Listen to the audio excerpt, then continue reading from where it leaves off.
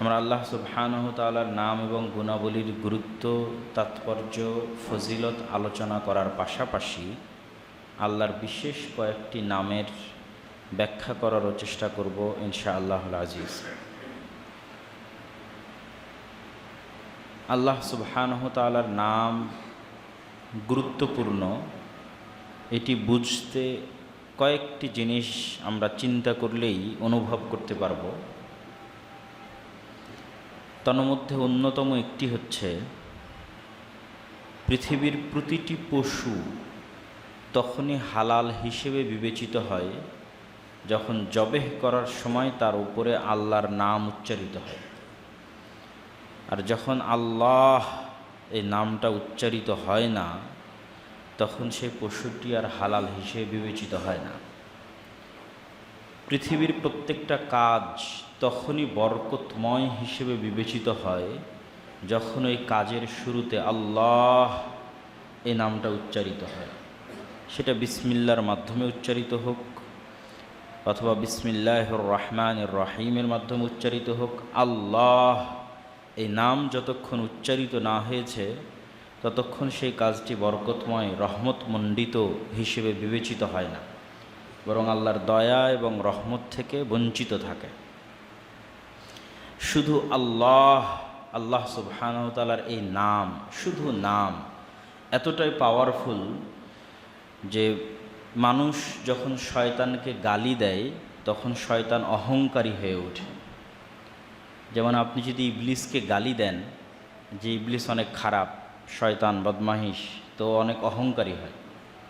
আর যদি শুধু আল্লাহর নাম উচ্চারণ করেন তাহলে ইবলিস মাছির মতো সংকীর্ণ হয়ে যায়। পৃথিবীর যে কোনো শয়তান শুধু আল্লাহ এই নামের উচ্চারণে সেখান থেকে বিতাড়িত হয় এবং অনেক সংকীর্ণ এবং ছোট হয়ে যায়। শুধু আল্লাহ সুবহানাহু তাআলার নাম, শুধু এই নাম এত পাওয়ারফুল যে রাসূল সাল্লাল্লাহু আলাইহি ওয়াসাল্লাম বলছেন, কেউ যদি প্রতিদিন বলে বিসমিল্লাহি লা ইয়াদুররু মা ইসমিহি শাইউন ফিল আরদি ওয়ালা ফিস সামা ওয়া হুয়াস সামিউল আলিম, যে আমি ওই আল্লাহর নাম স্মরণ করছি যার নামের মাধ্যমে, যার নাম থাকলে, লা ইয়াদুররু মা ইসমিহি, যার নাম থাকলে আসমান এবং জমিনে এমন কোনো শক্তি এবং ক্ষমতা নাই যে আমার কোনো ক্ষতি করতে পারে। ওয়া হুয়াস সামিউল আলিম, এবং তিনি সকল কিছু দেখছেন এবং জানেন। এই কথা যদি কেউ বলে তাহলে তাকে ক্ষতি করার মতো আর কোনো শক্তি এবং ক্ষমতা নেই, যে সারাদিন সন্ধ্যা পর্যন্ত, সন্ধ্যায় বললে সকাল পর্যন্ত আর কিছু তার ক্ষতি করতে পারবে না। তো আল্লাহ, শুধু এই নামটাই এতটা পাওয়ারফুল। তো আল্লাহ সুবহানাহু তাআলার নাম আমরা বাহ্যিক আমাদের চলাফেরা থেকে কতটুকু গুরুত্বপূর্ণ সেটা বুঝালাম। এবার রাসূল সাল্লাল্লাহু আলাইহি ওয়াসাল্লামের হাদিস থেকে দেখি। রাসূল সাল্লাল্লাহু আলাইহি ওয়াসাল্লাম বলছেন যে মান ক্বারা আয়াতাল কুরসি দুবুরা কুল্লি সালাতিন, কেউ যদি আয়াতুল কুরসি 5 ওয়াক্ত সালাতের পরে পাঠ করে তাহলে তার জান্নাতে যেতে তার মৃত্যুই বাধা। সে এখনও জান্নাতে যায়নি, মরেনি এই জন্য। তো আয়াতুল কুরসিকে রাসূল সাল্লাল্লাহু আলাইহি ওয়াসাল্লাম সমগ্র কোরআনের সবচেয়ে মহান আয়াত বলেছেন। তো আয়াতুল কুরসির মধ্যে এমন কি আছে যা আয়াতুল কুরসির এত ফজিলত, যে ফজিলত কোরআনের আর কোনো আয়াতকে দেওয়া হয়নি? শুধু একটা আয়াত, যে আয়াত 5 ওয়াক্ত সালাতের পর তেলাওয়াত করলে জান্নাত যায়নি কেন? মরেনি তাই। যে আয়াত কোরআনের সবচেয়ে মহান আয়াত, যে আয়াত তেলাওয়াত করে যদি কেউ ঘুমায় তাহলে তার মাথার কাছে একজন ফেরেশতা থাকবে সকাল পর্যন্ত। এই রকম মহত্ব এবং গুরুত্ব কোরআনের আর দ্বিতীয় কোনো আয়াতকে দেওয়া হয়নি, এই জন্য যে এই পুরো আয়াতটা শুধু আল্লাহর নাম আর আল্লাহর গুণাবলীতে পরিপূর্ণ। কোরআনের আরও অসংখ্য আয়াত আছে যেখানে সালাতের আদেশ আছে, সিয়ামের আদেশ আছে, হজের আদেশ আছে, তালাক তাহলিলের বিধান আছে, কেয়াসের বিধান আছে, নবীদের জীবনী আছে। আর আয়াতুল কুরসিতে কি আছে? আল্লাহর নাম আছে আর আল্লাহর গুণ আছে। আল্লাহু লা ইলাহা ইল্লা হুয়াল হাইয়ুল কাইয়্যুম, শুরু হয়েছে আল্লাহ এই শব্দ দিয়ে। তারপরে আল্লাহ সুবহানাহু তাআলার যে দুটো গুণ, ইসমে আজম হওয়ার সম্ভাবনা রাখে। তিনটে গুণের বিষয়ে মুহাদ্দিসিনে কেরাম আলোচনা করেছেন যে আল্লাহর এই তিনটা নাম ইসমে আজম হওয়ার সম্ভাবনা রাখে। একটা আল হাইয়ুল কাইয়ুম, আর একটা হচ্ছে আস-সামাদ। এই প্রত্যেকটারই আমরা সংক্ষিপ্ত ব্যাখ্যা করব। তাহলে আল্লাহু লা ইলাহা ইল্লা হুয়াল হাইয়ুল কাইয়ুম লা তাখুযুহু সিনাতুন ওয়ালা নাওম লাহু মা ফিস সামাওয়াতি ওয়া মা ফিল আরদ মান যাল্লাযী ইয়াশফাউ ইনদাহু ইল্লা বিইযনিহি ইয়ালামু মা বাইনাস সামাওয়াতি ওয়াল আরদ। এই প্রত্যেকটা বাক্যের সাথে আল্লাহ সুবহানাহু ওয়া তাআলার গুণ বর্ণনা করা আছে, ব্যতিক্রম সব গুণ, যেগুলো আমরা যখন আল্লাহর গুণ ব্যাখ্যা শুরু করব তখন বলবো ইনশাল্লাহ। আরেকটা সূরার কথা রাসূল সাল্লাল্লাহু আলাইহি ওয়াসাল্লাম বলছেন, একটা ছোট্ট সূরা, সূরাতুল ইখলাস, একবার তেলাওয়াত করলে পুরো পবিত্র কোরআন 3 ভাগের 1 ভাগ পড়ার সমান নেকি পাওয়া যাবে। তাহলে 3 বার তেলাওয়াত করলে পুরো কোরআন পড়ার সমান নেকি পাওয়া যাবে। তাহলে সূরা ইখলাসের মধ্যে এমন কি আছে যা এই সূরাকে এত উপরে উঠিয়ে দিল? এই সূরার মধ্যে সালাত, সিয়াম, হজ, যাকাতের বিধিবিধান নাই, নবীদের জীবনী নাই, জান্নাতের আশা এবং জাহান্নামের ভীতি নাই। এই সূরার মধ্যে আছে আল্লাহর নাম আর আল্লাহর গুণাবলী। কুল হুয়াল্লাহু আহাদ আল্লাহুস সামাদ লাম ইয়ালিদ ওয়া লাম ইউলাদ ওয়া লাম ইয়াকুল লাহু কুফুয়ান আহাদ। এই প্রত্যেকটাই আল্লাহর নাম আর আল্লাহর গুণ। তা আল্লাহ সুবহানাহু তাআলার নাম এবং গুণের গুরুত্ব বোঝানোর জন্য আয়াতুল কুরসি এবং সূরা ইখলাসের ফজিলতই যথেষ্ট। যে এই আয়াতুল কুরসিকে সমগ্র কোরআনের শ্রেষ্ঠ আয়াত হয়ে গেছে, আর সূরা ইখলাস সমগ্র কোরআনের শ্রেষ্ঠ সূরার একটা হয়ে গেছে আল্লাহর নাম আর গুণাবলী থাকার কারণে। এই জন্য রাসূল সাল্লাল্লাহু আলাইহি ওয়াসাল্লাম বলছেন, ইন্না লিল্লাহি 99 আসমা। আল্লাহ সুবহানাহু তাআলার অসংখ্য অগণিত নাম রয়েছে, তার মধ্যে 99টা আল্লাহ তার রাসূলের মাধ্যমে, কোরআনের আয়াতের মাধ্যমে, হাদিসের মাধ্যমে মানুষকে জানিয়েছেন। মান আহসাহা দাখালাল জান্নাহ। কেউ যদি 99টা নাম মুখস্থ করে নেয়, আয়ত্ত করে নেয়, সে জান্নাতে চলে যাবে। শুধু নামের ফজিলত, আল্লাহর শুধু নামের আমরা গুরুত্ব এবং ফজিলত বর্ণনা করছি। তো আল্লাহ সুবহানাহু তাআলার নাম এবং গুণাবলী জানার উপকারটা আসলে কি? কেন আমাদের আল্লাহর নাম এবং গুণাবলী জানা উচিত? মহান আল্লাহ সুবহানাহু তাআলার রুবুবিয়্যাত এবং উলুহিয়্যাত, আল্লাহ যে রব, সকল কিছুর সৃষ্টিকর্তা, লালন পালন কর্তা, আর ইলাহ, একমাত্র ইবাদতের যোগ্য, এটা মানুষ তখনই ভালোভাবে অনুভব করতে পারবে, হৃদয় দিয়ে ফিল করতে পারবে, যখন ও আল্লাহকে চিনবে, আল্লাহকে জানবে। জানেই না আল্লাহকে, চিনেই না আল্লাহ সুবহানাহু তাআলার গুণাবলী কি, তাহলে তার অন্তরে উলুহিয়্যাতের জায়গা দখল করে নেবে, ভালোবাসা, বড়ত্ব, মহত্বের জায়গা দখল করে নেবে অন্য কেউ। কারো কাছে সেটা ঈসা আলাইহিস সালাতু ওয়াস সালাম, কারো কাছে মা কালী, মা দুর্গা, আর কারো কাছে মেসিও হতে পারে। অস্বাভাবিক কিছু নয়। কিন্তু যখন আল্লাহ সুবহানাহু তাআলাকে চিনবে এবং জানবে, তখনই রব এবং ইলাহ হিসেবে আল্লাহকে মানাটা তার জন্য সহজ হবে। তো আপনি একটা মানুষকে চিনবেন কি দিয়ে? তার নাম দিয়ে। একটা মানুষকে চিনবেন কি দিয়ে? আব্দুল্লাহ একজন ভালো লেখক, ভালো বক্তা, অমুক তমুক, এই মানুষের গুণ আর মানুষের নাম দিয়ে আপনি মানুষকে চিনবেন। তো আল্লাহকে চিনবেন কি দিয়ে? আল্লাহর নাম, আল্লাহর গুণ দিয়ে। তো আল্লাহ সুবহানাহু তাআলার নাম এবং গুণাবলীর বিস্তারিত ব্যাখ্যার আগে সংক্ষিপ্ত জাস্ট আল্লাহ সুবহানাহু তাআলার সমগ্র নাম এবং গুণের সামারি আমি একদিক থেকে আপনাদেরকে একটু পড়ে শোনাই, তারপরে আমরা আল্লাহর গুরুত্বপূর্ণ কিছু নামের ব্যাখ্যায় যাব ইনশাআল্লাহ। আল্লাহ এক ও অদ্বিতীয়, তিনি অনাদি। অনাদি মানে যার কোনো আদি নাই। অনন্ত, ইনফাইনাইট মানে যার কোনো শেষ নাই। চিরন্তন, ইটারনাল, স্থায়ী। তিনি অমুখাপেক্ষী, তথা কারো মুখাপেক্ষী তিনি নন, তার কোনো সাহায্যকারী লাগে না। তিনি সকল দুর্বলতা থেকে পবিত্র, সকল প্রয়োজন থেকে পবিত্র। দুর্বলতার মধ্যে আছে ঘুম, তন্দ্রা, ক্লান্তি। প্রয়োজনের মধ্যে আছে খাওয়া, যত ধরনের প্রয়োজন মানুষের হয়। তার সন্তান, তার পিতা নাই, এগুলোও প্রয়োজন, এগুলো থেকে পবিত্র। তার ঘুম, খাওয়া, বিশ্রাম, কোনো কিছুর প্রয়োজন হয় না। তিনি কোনো কিছুর সদৃশ নন, যে কোনো কিছুর সাথে মিলবে হুবহু, এরকম নন। তিনি সত্তাগতভাবে আসমানের উপর আরশে আজিমে সমুন্নত, তবে তার জ্ঞান এবং তার ক্ষমতা এবং তার রহমত সারা পৃথিবীর সকল সৃষ্টিজীবকে ঘিরে রেখেছে। আসমান এবং জমিনের প্রতিটি ইঞ্চিতে একমাত্র তারই একচ্ছত্র রাজত্ব ক্ষমতা বিদ্যমান। সকল সৃষ্টিজীব ইচ্ছায় অথবা অনিচ্ছায় তার অনুগত, বাধ্যগত অবস্থাতেও তার অনুগত। সকল সৃষ্টিজীব তার তাসবিহ পাঠ করে, তার দিকেই ফিরে যায়। তিনি তার সকল সৃষ্টিজীবের চেয়ে বড়, শক্তিশালী, মহান। তিনি যা ইচ্ছা তাই করতে পারেন। সকল কিছুর উপর তিনি ক্ষমতাবান। তিনি সকল কিছু জানেন, এমনকি মানুষের অন্তরের খবরও জানেন। তিনি একই সাথে তার সকল সৃষ্টিজীবের সকল কথা শোনেন এবং সকল সৃষ্টিজীবকে দেখেন। অন্ধকার রাতে কালো পাথরের উপর চলা কালো পিঁপড়াকেও তিনি দেখতে পান। তিনি সকল কিছু অত্যন্ত সুচারুরূপে পরিচালনা করেন। তার পরিচালনার নির্দিষ্ট সিস্টেম আছে, যে সিস্টেমগুলোর মূল দায়িত্ব ফেরেশতারা পালন করে। ফেরেশতারাই তার সেনাবাহিনী। তিনি সরাসরি ফেরেশতাদের সাথে কথা বলেন, নবীদের সাথেও কথা বলেন। তার চেহারার নূরের প্রভাবেই সমগ্র আসমান, জমিন, সূর্য, মহাবিশ্ব আলোকিত।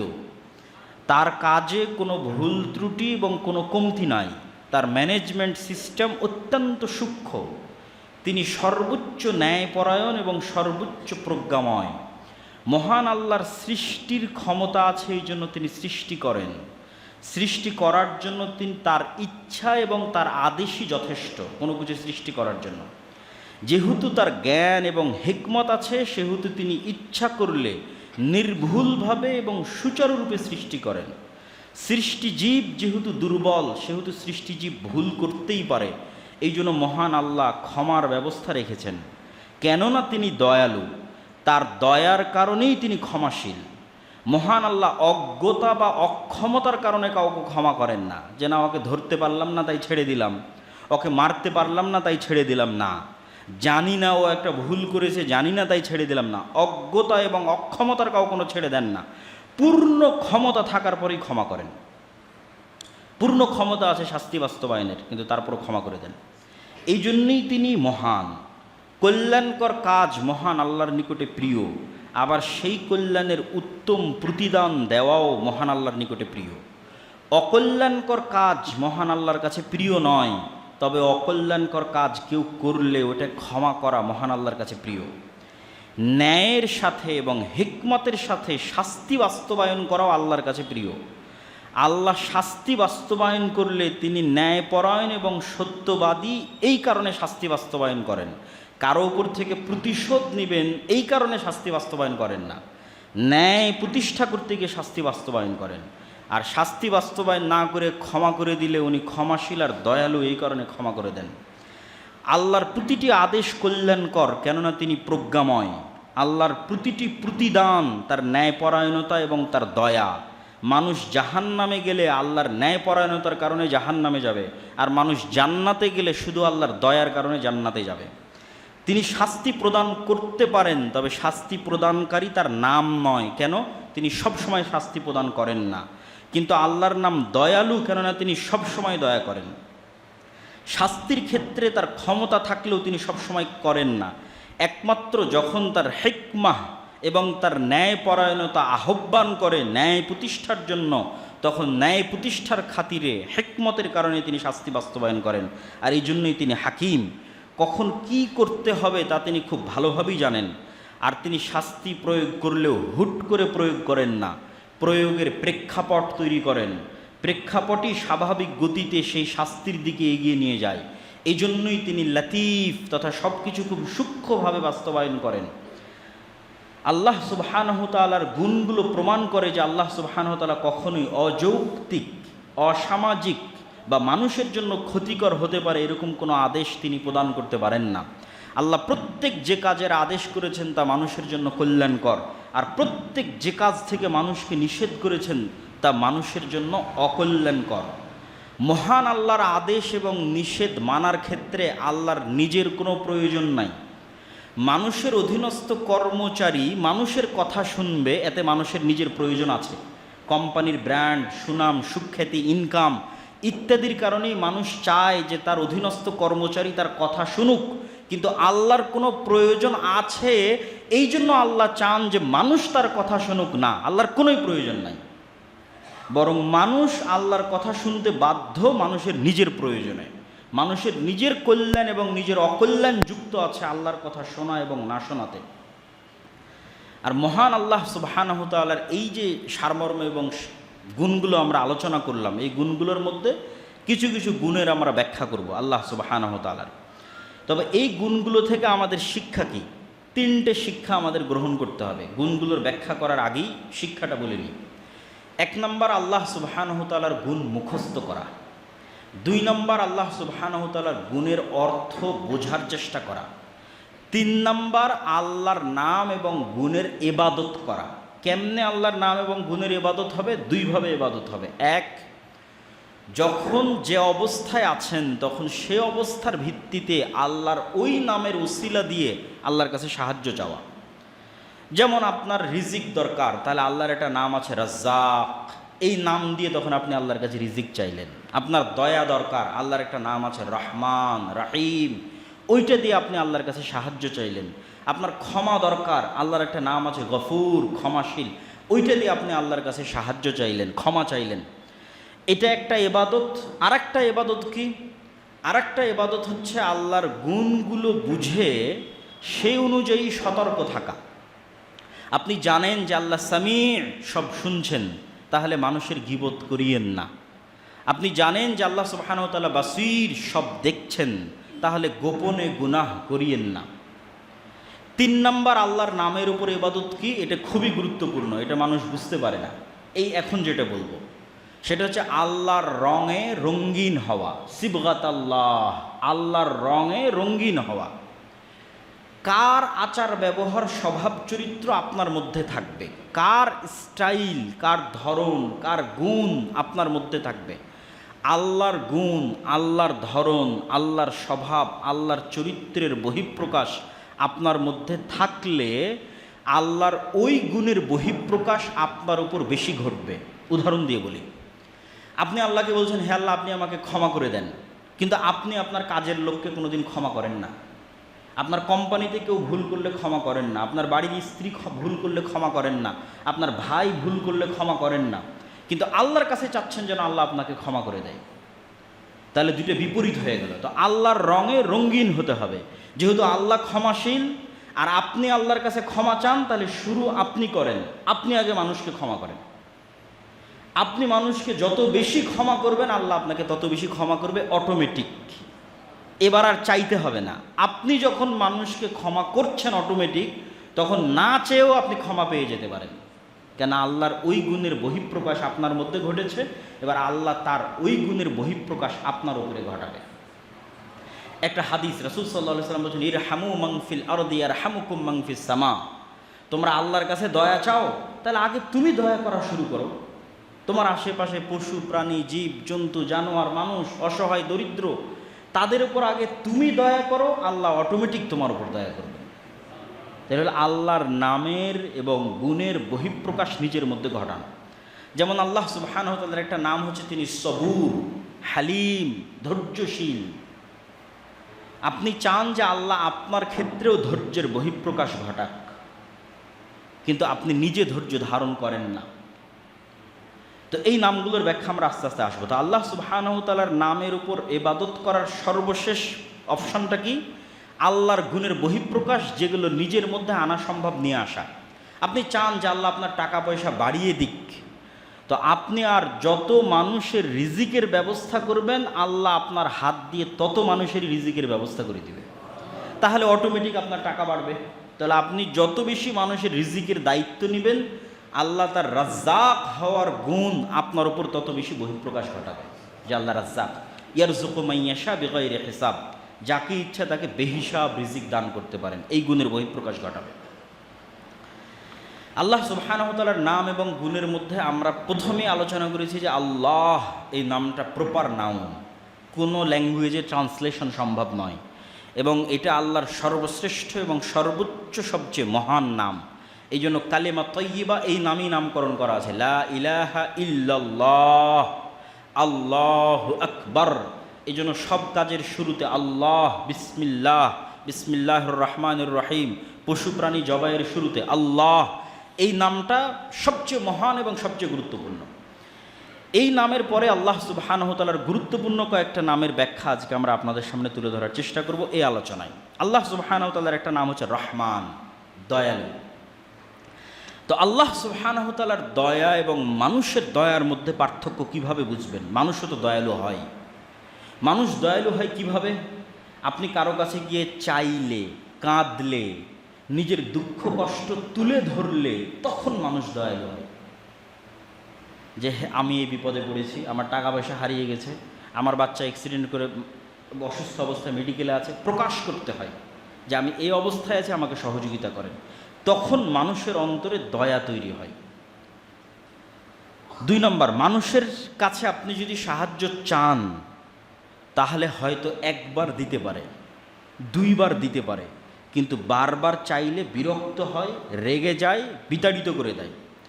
আর আল্লাহ সুবহানাহু তাআলার দয়া এগুলোর থেকে এতটাই ব্যতিক্রম যে আল্লাহ সুবহানাহু তাআলার কাছে না চাইলে রাগ করে, আর যত চাওয়া হয় তত খুশি হয়। আল্লাহু আকবার। মানুষের কাছে চাইলে মানুষ রাগ করে, আল্লাহ সুবহানাহু তাআলার কাছে যত চাইবেন তত খুশি হবে। চাইবেন না তবে রাগ করবে যে কেন চাইল না। তাহলে কতটা বিপরীত। এই জন্য রাসূল সাল্লাল্লাহু আলাইহি ওয়াসাল্লাম আমাদেরকে যে আদেশ দিয়েছেন, সে হাদিসগুলো আমি পড়ব, রাসূল সাল্লাল্লাহু আলাইহি ওয়াসাল্লামের হাদিস। তার আগে আরও কয়েকটা বিষয় দেখে নিই। যে সমগ্র পৃথিবী যত রকমের দয়ার উপর নির্ভরশীল, যেমন আমরা যখন মায়ের কোলে ছিলাম তখন মায়ের অন্তরে যদি দয়া তৈরি না হতো তাহলে আমাদের বড় হওয়ার সুযোগই ছিল না, মরে যেতে হতো। মায়ের অন্তরে দয়া তৈরি হয়েছে দেখে তিনি দুধ দিয়েছেন, পেশাব পায়খানা করেছি তখন পরিষ্কার করেছেন, দেখেছেন। এরকম সৃষ্টিজীবের সকল পশু প্রাণী একজন আরেকজনের দয়ার উপর নির্ভরশীল। ডলফিন যখন অসুস্থ হয় তখন আর 10টা ডলফিন মাছ ওকে উপরে তুলে রাখে যাতে ও একটু নিঃশ্বাস নিতে পারে। যখন কোনো হাতি বিপদগ্রস্ত হয় তখন হাতির মায়েরা একসাথে একদল হয়ে তাকে গিয়ে বাঁচানোর চেষ্টা করে। এরকম যত প্রাণী আছে আমাদের আশেপাশে দেখবেন প্রত্যেকটাই তার সন্তানের প্রতি কী পরিমাণ দয়াশীল, ভালোবাসা, মহব্বত। তো রাসূল সাল্লাল্লাহু আলাইহি ওয়াসাল্লাম বলছেন সারা পৃথিবী যত দয়ার উপর টিকে আছে, এই সকল দয়া মহান আল্লাহর 1% দয়ার কারণে এরা পরস্পরের উপর দয়াশীল।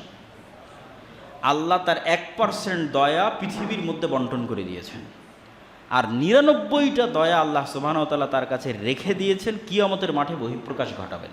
আল্লাহু আকবার। রাসূল সাল্লাল্লাহু আলাইহি ওয়াসাল্লামের হাদিসগুলো বলি আল্লাহর দয়া সম্পর্কে।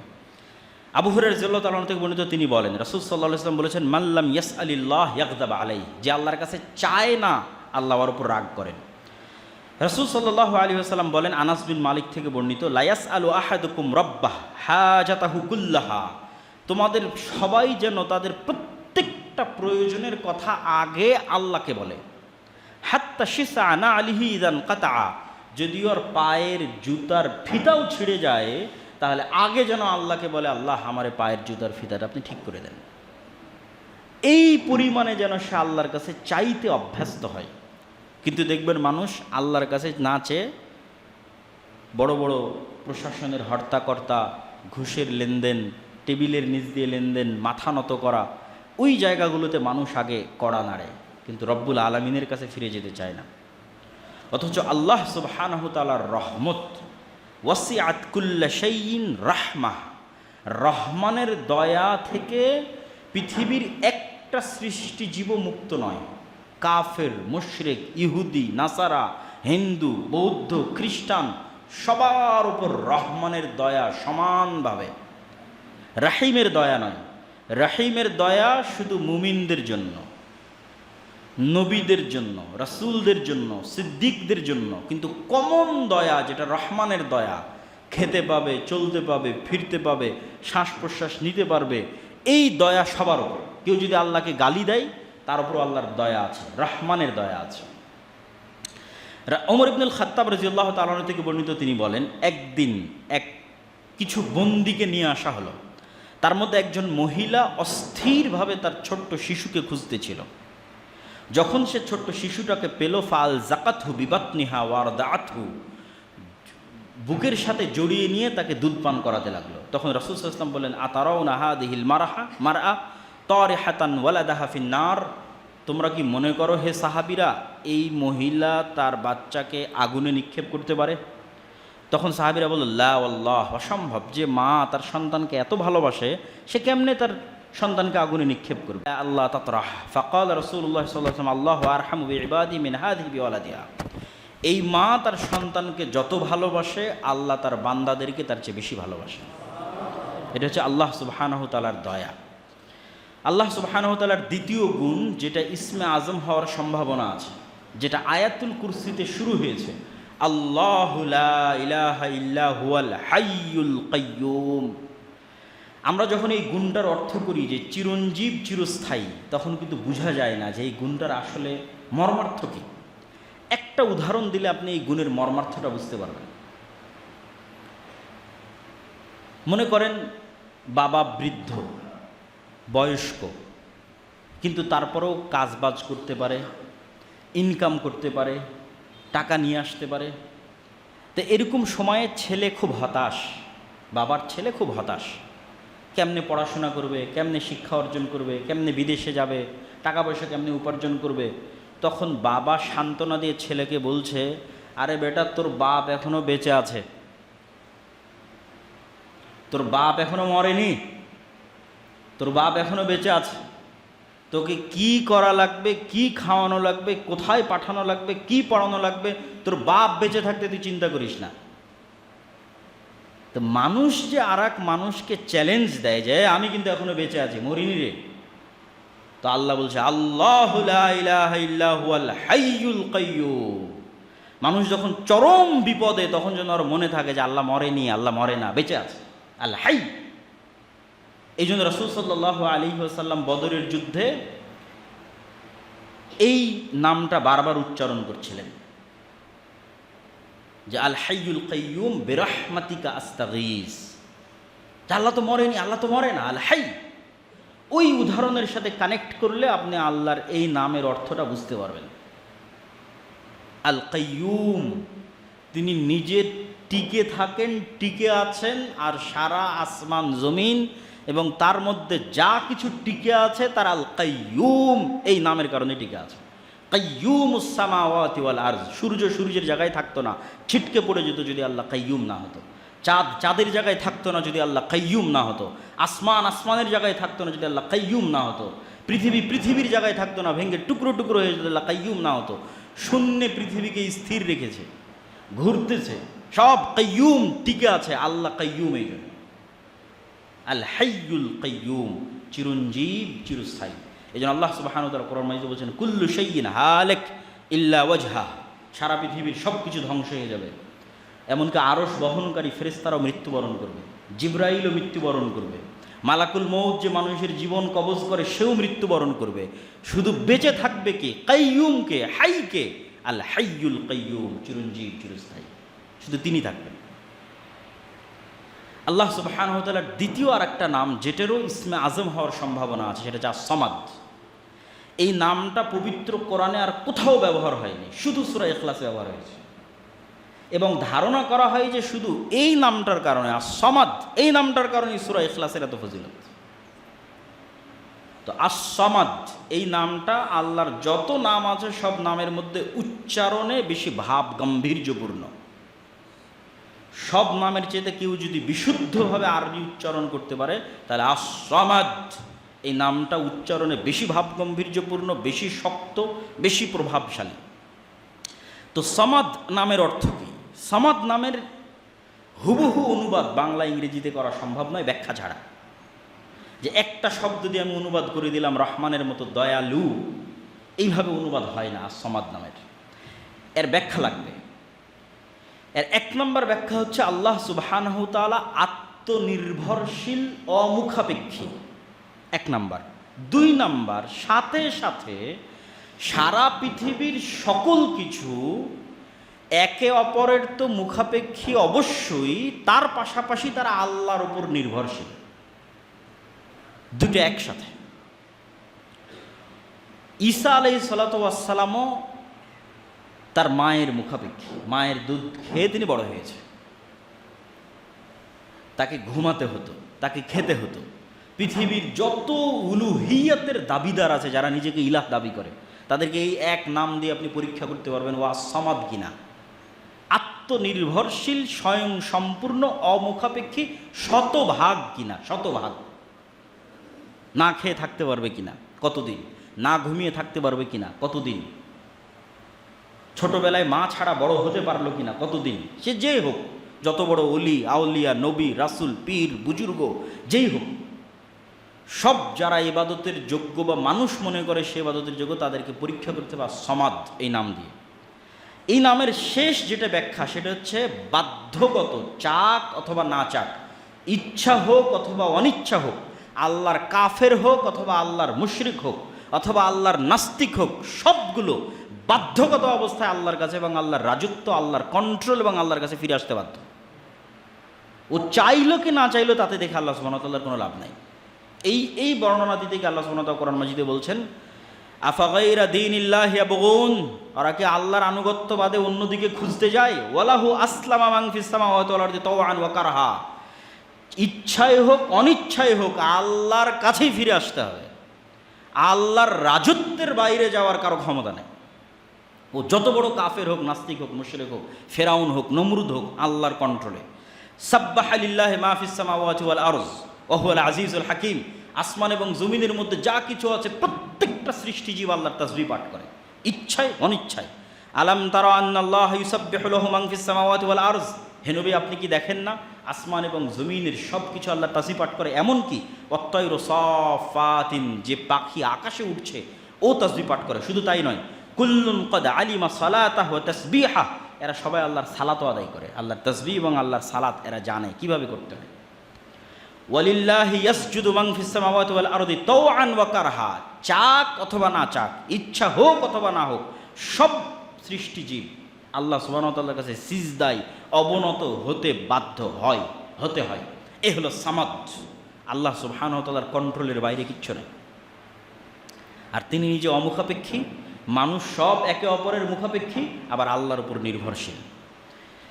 আল্লাহ সুবহানাহু ওয়া তাআলার পরের যে গুণ আমরা আলোচনা করব সেটা হচ্ছে আল আজিজ। আজিজ মানে মহাপরাক্রমশালী। মহাপরাক্রমশালী বলতে কি বুঝায়? মানুষের ক্ষমতা থাকতে পারে, সাবেক প্রধানমন্ত্রীরও ক্ষমতা ছিল, কিন্তু মহাপরাক্রমশালীর ক্ষমতা কি? কারো ক্ষমতা জবাবদিহিতার বাইরে নয়। ডোনাল্ড ট্রাম্পের ক্ষমতাও জবাবদিহিতার বাইরে নয়। চায়নার প্রেসিডেন্ট শি জিনপিংয়ের ক্ষমতাও জবাবদিহিতার বাইরে নয়।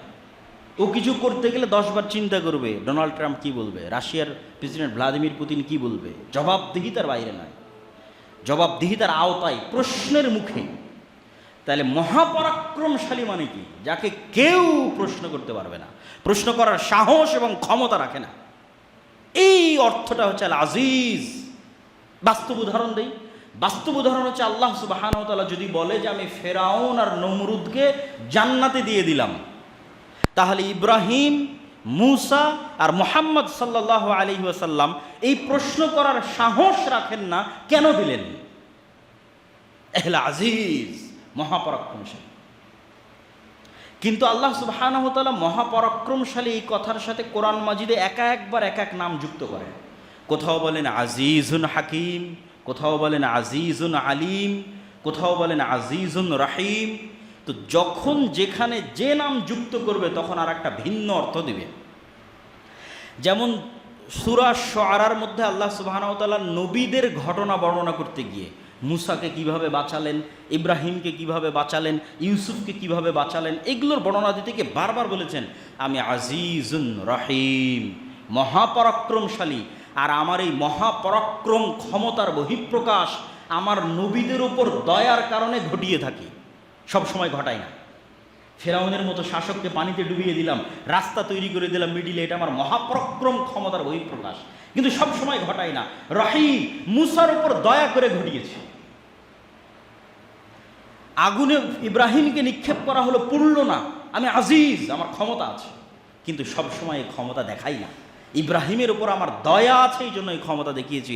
আজিজুন রহিম, মহাপরাক্রমশালী। ক্ষমতা তখনই দেখাই যখন দয়া করি। আজিজুন হাকিম, এটা কোথায় বলবে? আজিজুন হাকিম বলবে যখনই শাস্তির কথা বলবে। ফেরাউনের শাস্তি হোক, নমরুদের শাস্তি হোক, আদ সামুদ যত ক্ষমতাধর আছে সব ক্ষমতাধরকে শাস্তি দিয়ে বলবে আজিজুন হাকিম। শাস্তি দিতে পারি কিন্তু কাউকে অন্যায়ভাবে শাস্তি দেই না। হাকিম, প্রজ্ঞাময়, শাস্তি দিলে ন্যায়পরায়ণভাবে দিই। কেউ অন্যায় করলো না আর ওকে শাস্তি দিয়ে দিলাম, যা ইচ্ছা তা করার ক্ষমতা আমার আছে, কেউ আমাকে প্রশ্ন করতে পারবে না, এ কথা সত্য। কিন্তু শাস্তি দিলে হাকিম, প্রজ্ঞাময়, ন্যায়পরায়ণতার সাথে শাস্তি দিই। এবার আজিজুন আলিম, এটা কখন বলবে? আল্লাহ সুবহানাহু ওয়া তাআলা পবিত্র কোরআন মাজিদে যখনই আসমান জমিন সৃষ্টি রহস্যের বর্ণনা দিয়েছে, প্রত্যেক জায়গায় শেষে বলেছে যালিকা তাকদীরুল আজিজিল আলিম। আসমান বিশাল সৃষ্টি, জমিন বিশাল সৃষ্টি, চন্দ্র সূর্য নক্ষত্র বিশাল সৃষ্টি, এই সব সৃষ্টির ক্ষমতা আমার আছে। আজিজ, আলিম, আবার এগুলো কিভাবে কন্ট্রোল করতে হবে, কিভাবে ঠিক রাখতে হবে, কিভাবে রক্ষণাবেক্ষণ করতে হবে, কোথায় কি হচ্ছে সব আমি জানি। আলিম। তো আল্লাহ সুবহানাহু ওয়া তাআলার আজিজ নামের সাথে যখন বিভিন্ন গুণ যুক্ত হবে তখন সেই রিলেটেড অর্থ আমাদের গ্রহণ করতে হবে। আল্লাহ সুবহানাহু ওয়া তাআলার আরেকটা নাম আসসালাম, শান্তি। মানুষের জীবনের সবচেয়ে প্রয়োজন কি? টাকা পয়সা, এসি রুম, ধন দৌলত, বাড়ি গাড়ি সব আছে, কিন্তু জীবনের নিরাপত্তা নাই, সম্মানের নিরাপত্তা নাই। তাহলে কিন্তু এই শান্তির কোনো দাম নাই। তাহলে মানুষের জীবনের এক নম্বর প্রয়োজন হচ্ছে ওর জীবনের নিরাপত্তা, আর টাকা পয়সার নিরাপত্তা, আর সম্মানের নিরাপত্তা।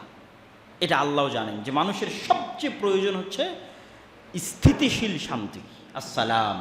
তো সারা পৃথিবীর সকল শান্তির উৎস হচ্ছে আল্লাহ সুবহানাহু ওয়া তাআলার এই নাম। এই জন্য আল্লাহকে সালাম দেওয়া যায় না। আল্লাহ সুবহানাহু ওয়া তাআলাকে সালাম দেওয়া হারাম, আল্লাহকে সালাম দেওয়া যায় না। কেননা সালামের উৎসই আল্লাহ সুবহানাহু ওয়া তাআলা। তাহলে মানুষ মানুষকে সালাম দিবে, এবং আল্লাহ নিজেও তার নবী রাসূলদের উপর সালাম দিতেন, যা কোরআন মাজিদে শুধু নবী রাসূলদের বর্ণনা দিতে গিয়ে আল্লাহ শুধু এই সালাম নামের কথা বলেছেন। সালামুন আলা নূহিন ফিল আলামিন, শান্তি বর্ষিত হোক নূহের উপর। সালামুন আলা ইব্রাহিম, শান্তি বর্ষিত হোক ইব্রাহিমের উপর।